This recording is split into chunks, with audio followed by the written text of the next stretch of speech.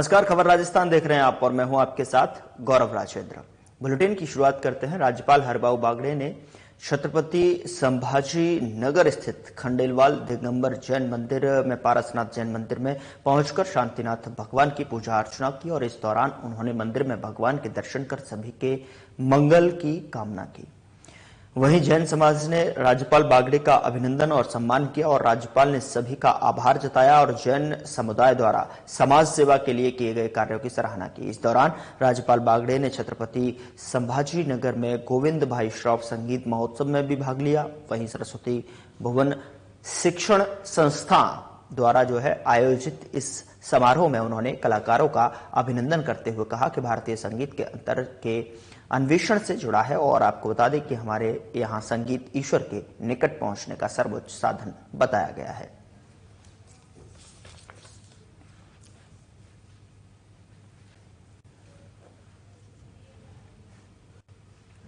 उधर मुख्यमंत्री निवास पर राज्य स्तरीय गणतंत्र दिवस समारोह की तैयारियों के संबंध में उच्च स्तरीय बैठक हुई और बैठक को संबोधित करते हुए सीएम शर्मा ने कहा कि गणतंत्र दिवस के राज्य स्तरीय आयोजन में राष्ट्रीयता की भावना को इंगित करते हुए कार्यक्रम में शामिल करें और साथ ही आपको बता दें कि समारोह में अधिक से अधिक लोगों की भागीदारी सुनिश्चित की जाए। मुख्यमंत्री ने अधिकारियों को निर्देश दिए कि गणतंत्र दिवस के अवसर पर राजधानी जयपुर की सभी प्रमुख इमारतों, दर्शनीय स्थलों और सरकारी कार्यालयों के साथ ही उदयपुर में भी सभी प्रमुख स्थानों पर आकर्षक सजावट की जाए और उन्होंने निर्देश दिए कि राज्य स्तरीय गणतंत्र दिवस समारोह में शामिल होने वाले अतिथियों को निमंत्रण पत्र भेजने से लेकर उनके आवागमन, ठहरने और भोजन की उचित व्यवस्था की जाए। उन्होंने कहा कि राजभवन जयपुर और सहेलियों की बाड़ी उदयपुर में आयोजित होने वाले एट होम कार्यक्रम के लिए भी सभी व्यवस्थाएं सुनिश्चित की जाए।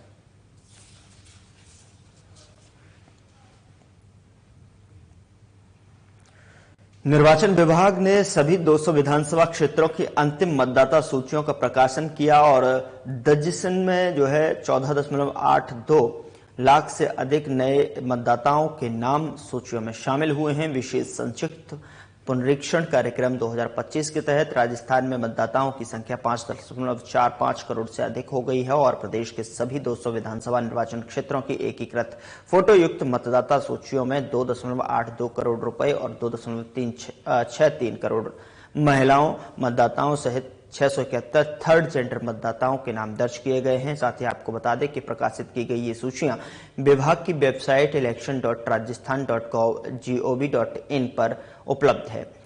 मुख्य निर्वाचन अधिकारी श्री नवीन महाजन ने बताया कि मतदाता सूचियों में नाम जोड़ने, हटाने, त्रुटियों और विसंगतियों को संशोधित करने के क्रम में विशेष संक्षिप्त पुनरीक्षण कार्यक्रम 2025 के तहत अंतिम मतदाता सूचियों का प्रकाशन किया गया है और मतदाता जनसंख्या का ये अनुपात भी अब तक का सर्वाधिक है।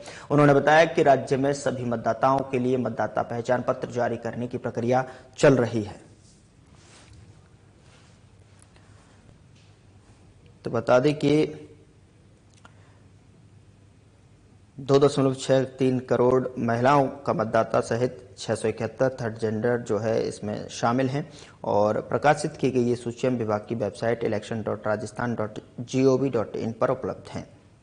साथ ही आपको बता दें कि विशेष संक्षिप्त पुनरीक्षण कार्यक्रम 2025 के तहत अंतिम मतदाता सूचियों का प्रकाशन किया गया है और उन्होंने बताया कि राज्य में मतदाताओं के लिए मतदाता पहचान पत्र जारी करने की प्रक्रिया चल रही है।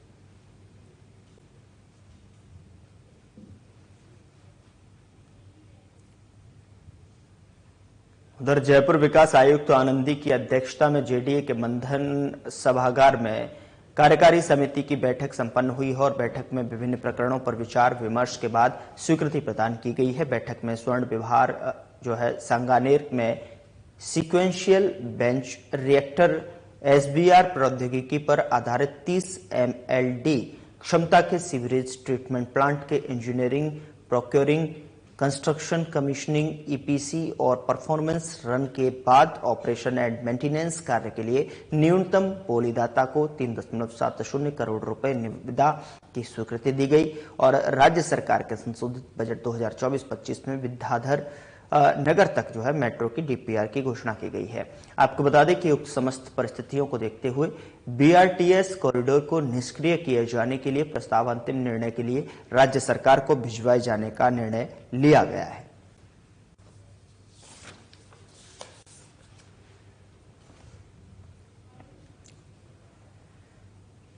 उधर आवासन आयुक्त डॉक्टर रश्मि शर्मा ने कार्यों में पारदर्शिता को लेकर समीक्षा बैठक की और इस दौरान उन्होंने कड़े निर्देश देते हुए कहा कि अब निर्माण स्थल पर लापरवाही बर्दाश्त नहीं होगी।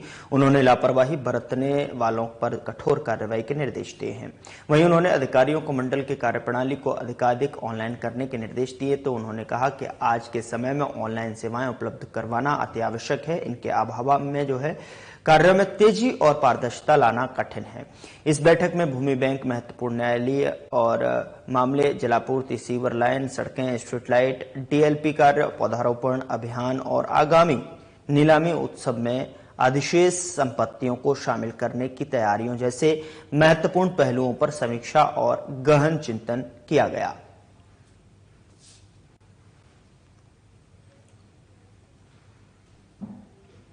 खबर जयपुर से है, जहां पर खाद्य नागरिक आपूर्ति और उपभोक्ता मामले विभाग के मंत्री सुमित गोदारा ने सचिवालय में राज्य उपभोक्ता संरक्षण परिषद की बैठक में शामिल हुए और इस दौरान उन्होंने अधिकारियों को संबोधित करते हुए कई आवश्यक दिशा निर्देश दिए। उन्होंने कहा कि ग्रामीण परिवेश के लोग जो है अपनी आय का ज्यादा धन जो है ज्वेलरी खरीदने में खर्च करते हैं। वो किसी भी प्रकार से ठगी के शिकार नहीं हो और इसके लिए उन्हें जागरूक करना आवश्यक है। साथ ही निर्देश दिए कि दुकानदार द्वारा उपभोक्ता को दिए गए बिल पर हॉलमार्क की जानकारी अवश्य लिखी होनी चाहिए। सर्राफा बाजार में हॉलमार्क सेंटर की जानकारी क्यूआर कोड के माध्यम से दी जाए। अभी तक राज्य में कुल 20 जिलों में हॉलमार्क सेंटर स्थापित किए जा चुके हैं और मंत्री गोदारा ने उपभोक्ताओं के अधिकारों के संवर्धन और संरक्षण के लिए उपभोक्ताओं को त्वरित राहत प्रदान करने के लिए इनका समयबद्ध रूप से निस्तारण करने के निर्देश देते हुए कहा कि उपभोक्ता हेल्पलाइन नंबरों का व्यापक प्रचार प्रसार किया जाए। दुकानदारों द्वारा दिए जाने वाले बिल पर उपभोक्ता हेल्पलाइन नंबर अंकित किए जाएं और सभी को ये जानकारी होनी चाहिए कि यदि आप उत्पाद से संतुष्ट नहीं हैं तो हेल्पलाइन नंबर पर शिकायत दर्ज करवा सकते हैं। मानव जीवन से जुड़ी दवाइयों की विश्वसनीयता बनाए रखने के लिए और पनीर, दूध और मावा की रेंडमडी जो है करने के लिए निर्देश दिए गए।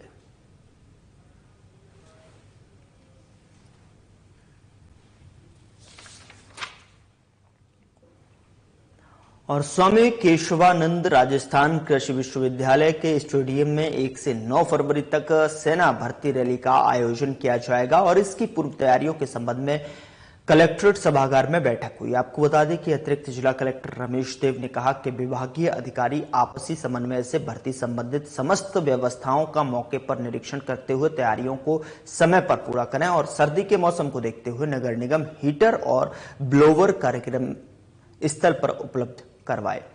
उन्होंने नगर निगम और यूआईटी परीक्षा स्थल और ट्रैक की सफाई, mobile, toilet, fire brigade, parking, light की व्यवस्था, आवश्यकता अनुसार टेबल और कुर्सियां, टेंट और जनरेटर सेट से संबंधित संपूर्ण व्यवस्थाएं समय पर करवाने के निर्देश दिए हैं। एडीएम ने कानून व्यवस्था बनाए रखने के लिए स्टेडियम के बाहर और भीतर आवश्यक जाब्ता तैनात करने के साथ railway station, roadways bus stand, tempo stand, धर्मशालाओं में भी सुरक्षा प्रबंध किए जाने के निर्देश दिए।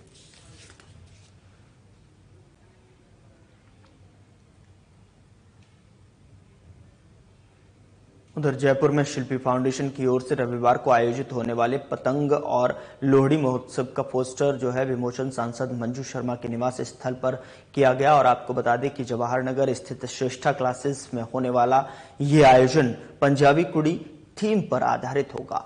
इसमें शहरवासियों को गजक, रेवड़ी, मूंगफली और स्वाद के साथ साथ पतंगबाजी का भी लुत्फ उठा सकेंगे। महोत्सव में बेस्ट डेकोरेटिव काइट कंपटीशन और विभिन्न मनोरंजक खेलों का आयोजन किया जाएगा। विजेताओं को आकर्षक गिफ्ट हैम्पर से पुरस्कृत किया जाएगा। बता दें कि फाउंडेशन की डायरेक्टर शिल्पी अग्रवाल ने बताया कि हमारे इस आयोजन का उद्देश्य युवा पीढ़ी को अपनी परंपराओं और कला संस्कृति से जोड़ना है। यह महोत्सव न केवल सर्दियों में मस्ती का अवसर प्रदान करेगा बल्कि लोहड़ी के त्योहार के रंगों को भी खूबसूरती से मनाने का एक बेहतरीन मौका होगा।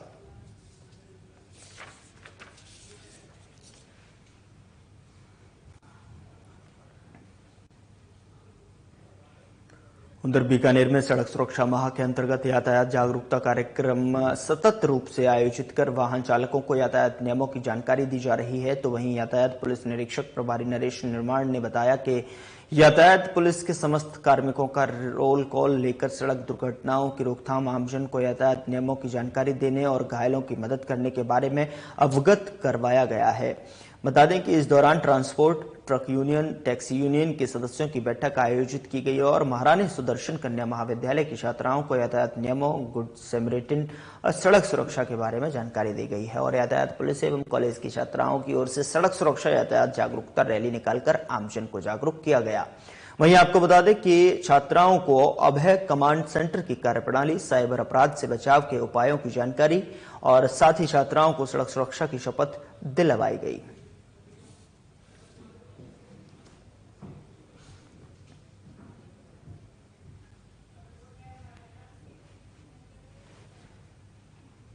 उधर बीजेपी प्रदेश अध्यक्ष मदन राठौड़ ने गहलोत के बयान पर पलटवार करते हुए कहा कि बीजेपी सरकार ने पूर्ववर्ती कांग्रेस सरकार की किसी भी जनहितैषी योजना को बंद नहीं किया है, लेकिन यदि कांग्रेस ने केवल वाहवाही लूटने के लिए योजना बनाई तो उसकी समीक्षा तो होना लाजमी है। गहलोत सरकार ने 5 साल तक ईआरसीपी जैसी महत्वपूर्ण परियोजनाओं को अटकाए रखा, लेकिन बीजेपी सरकार के आने के बाद में सबसे पहले ईआरसीपी परियोजना का कार्य किया गया और एमओयू के बाद टेंडर प्रक्रिया तक शुरू करने का ऐतिहासिक कार्य किया। बीजेपी प्रदेश अध्यक्ष मदन राठौड़ ने कहा कि कांग्रेस बांसवाड़ा में आंदोलन कर रही है। बांसवाड़ा, डूंगरपुर और 84 के में कांग्रेसी नेता अपनी जमानत तक नहीं बचा पाए। हाल ही में हुए चुनावों में जनता ने उनको हकीकत बताई थी।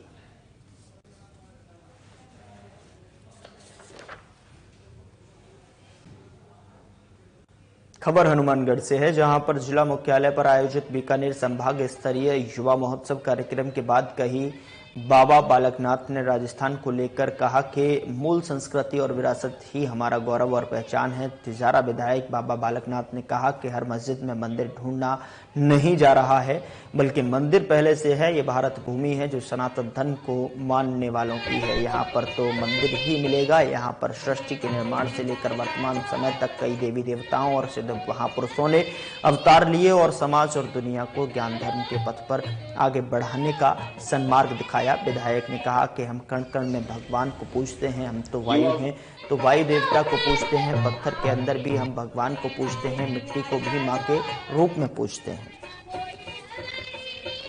तो हमारे युवाओं के अंदर जो प्रतिभा है, अपनी सांस्कृतिक प्रतिभा हो, चाहे नृत्य हो, चाहे गायन हो या कविता हो या अन्य किसी क्षेत्र में हमारे जो बच्चे बच्चियां जो अपना प्रतिभा का परिचय देते हैं, उनकी प्रतिभा का चयन अच्छे स्तर पर होता है। उनकी प्रतिभा के अंदर उसके विस्तार भी होता है, उनको सीखने को भी मिलता है, ताकि आने वाले समय पर वो अपनी संस्कृति को, अपनी इस विरासत को लेकर आगे बढ़े।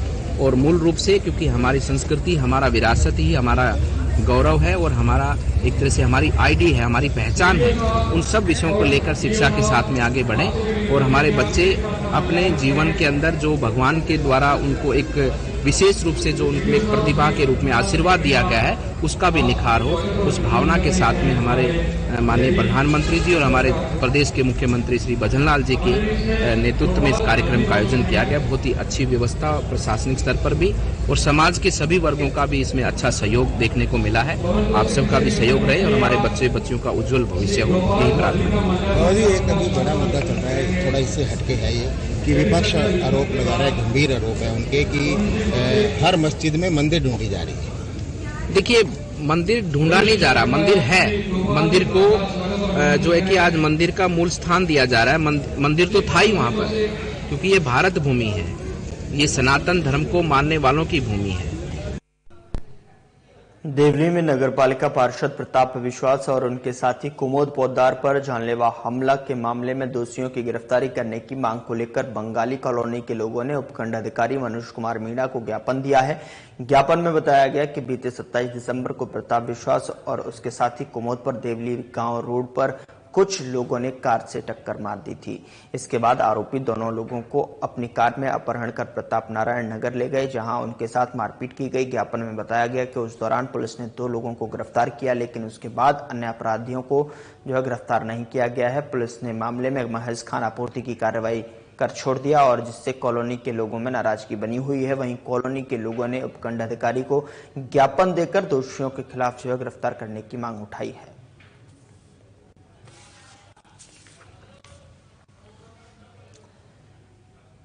उधर बांसवाड़ा में राजस्थान सरकार के बांसवाड़ा संभाग को निरस्त करने के विरोध में कांग्रेस ने अपनी ताकत का प्रदर्शन किया है। प्रदेश कांग्रेस अध्यक्ष गोविंद सिंह डोटासरा और नेता प्रतिपक्ष टीकाराम जूली के नेतृत्व में जिला मुख्यालय पर रैली, धरना और प्रदर्शन का आयोजन हुआ है और इस दौरान बड़ी संख्या में कांग्रेस कार्यकर्ता, विधायक और जनप्रतिनिधि उपस्थित रहे।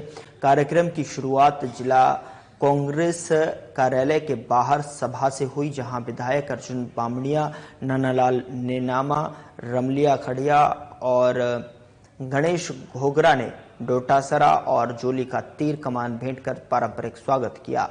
कांग्रेस कार्यकर्ताओं ने जोरदार नारों और गर्मजोशी से दोनों नेताओं का अभिनंदन किया और सभा के बाद रैली के शक्ल में सभी नेता और कार्यकर्ता जिला कलेक्टर कार्यालय तक पहुंचे। रैली में शामिल लोगों ने बांसवाड़ा संभाग को निरस्त करने के फैसले का पुरजोर विरोध किया और इसे जनहित के खिलाफ बताया। डोटासरा ने सभा को संबोधित करते हुए कहा कि ये फैसला आदिवासी क्षेत्रों के विकास को रोकने वाला है। कांग्रेस हर मोर्चे पर जनता की आवाज उठाएगी और इस निर्माण को वापस करवाएगी।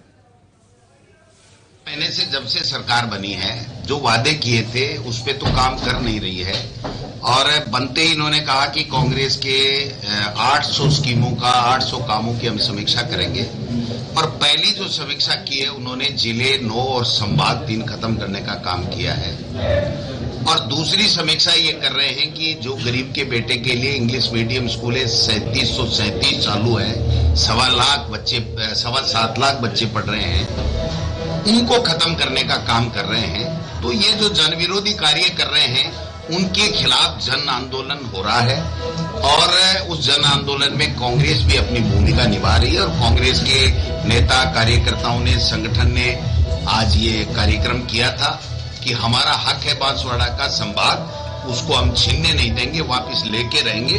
तो इसके लिए मैं और जूली साहब दोनों आए थे और हमने इनको विश्वास दिलाया कि राजस्थान की विधानसभा में सड़क और सदन दोनों जगह ईंट से ईंट बजाएंगे, आपके हक अधिकार को वापस दिलाएंगे। मैंने ये भी कहा था कि स्वर्गीय हरदेव जोशी जी ने जो बांसवाड़ा का विकास किया और उसके बाद में कांग्रेस की हमारी पूर्ववर्ती सरकार अशोक गहलोत जी के नेतृत्व में मुख्यमंत्री काल में जो योजनाएं लागू की गई अच्छी जनहित की, उनको भी ये बंद कर रहे हैं और जो जिले और संभाग बनाए उनको भी ये खत्म कर रहे हैं। ये पर्ची से चलने वाली सरकार है, जो पर्ची ऊपर से आती है उसके मुताबिक ये चलते हैं, इनका खुद का विवेक नहीं है। आप बताइए कि इतना बड़ा फैसला कि एक संभाग बांसवाड़ा को मिला जो उसका अधिकार था, उसको इन्होंने एक झटके में खत्म कर दिया। तो इसके लिए जन आंदोलन हो रहा है। हर पार्टी, हर कार्यकर्ता, हर नौजवान, हर महिला, मातृशक्ति सब इस निर्णय के खिलाफ अपना आक्रोश प्रकट कर रहे हैं और आज कांग्रेस के लोगों ने भी आक्रोश प्रकट किया और ये जन आंदोलन बनेगा। कितना भी लंबा चले, बांसवाड़ा का और राजस्थान के जो जिले और संभाग खत्म किए वो लोग अपना अधिकार वापस लेके रहे।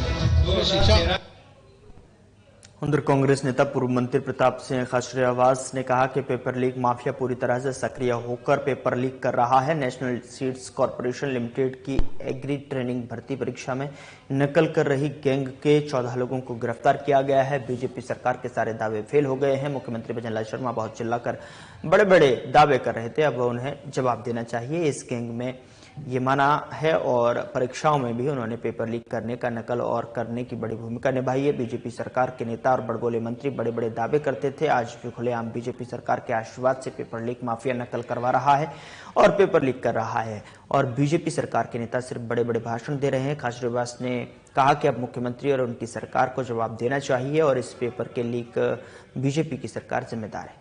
ऑनलाइन एग्जाम में राजस्थान में पेपर लीक गैंग सक्रिय हो गई है और अब ऑनलाइन एग्जाम पर पूरी तरह से सवाल खड़े हो गए हैं। सरकार जहां पर भी ऑनलाइन एग्जाम करा रही है वो सब चेक किए जाने चाहिए, क्योंकि सरकार ने जिन प्राइवेट कंपनियों को ऑनलाइन एग्जाम के पावर दिया है उनकी जांच होनी चाहिए।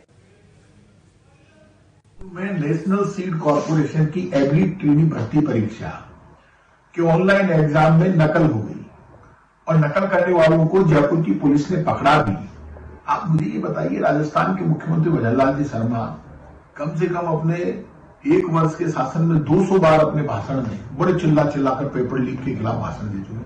अब कराइए सीबीआई से जांच, कुछ करके दिखाइए, और कई बड़े लोगों के नामों का खुलासा होगा। मुख्यमंत्री जी, ये भाजपा सरकार की मेहरबानी से नकल हो रही है।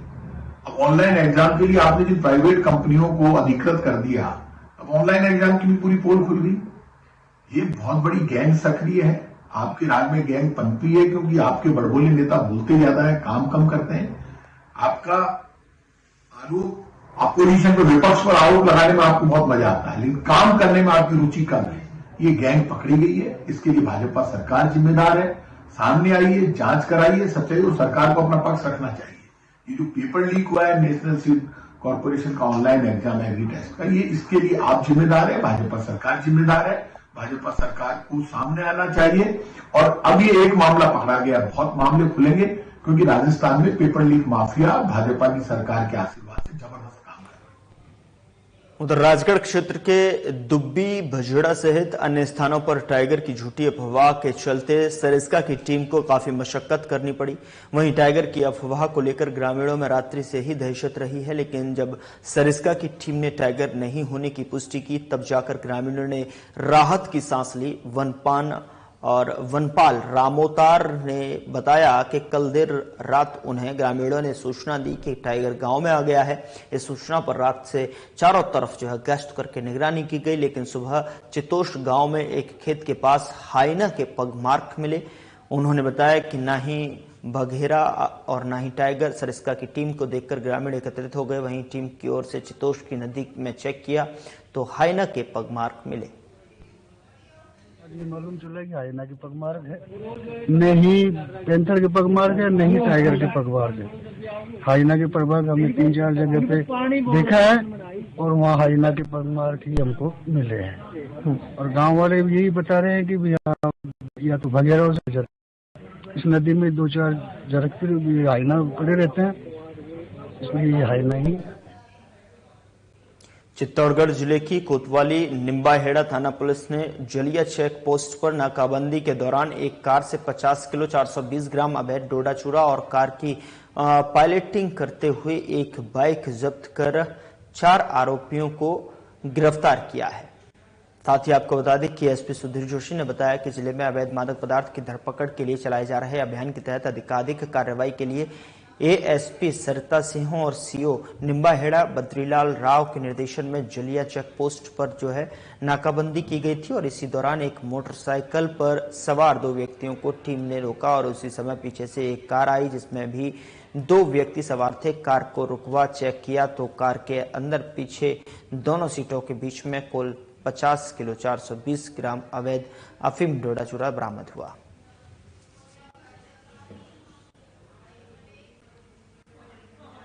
खबर हनुमानगढ़ जिले से है, जहां लगातार सर्दी का कहर जारी है। ठंड को देखते हुए जिला कलेक्टर ने सरकारी और गैर सरकारी स्कूलों में कक्षा 1 से 8 तक की 11 जनवरी तक अवकाश। हनुमानगढ़ में मौसम विभाग की ओर से जारी पूर्वानुमान के आधार पर जिले में शीतलहर और बढ़ती हुई ठंड को देखते हुए 7 जनवरी से 11 जनवरी तक जिले में संचालित कक्षा 1 से 8वीं तक के सरकारी और गैर सरकारी स्कूल में अवकाश घोषित किया है। जिला कलेक्टर कानाराम के आदेश के मुताबिक विद्यार्थियों को शीतलहर और ठंड से बचाने और विद्यार्थियों के स्वास्थ्य को ध्यान में रखते हुए अवकाश घोषित किया गया है। अवकाश केवल छात्र छात्राओं के लिए लागू रहेगा। शेष विद्यालय स्टाफ यथावत कार्य करेंगे।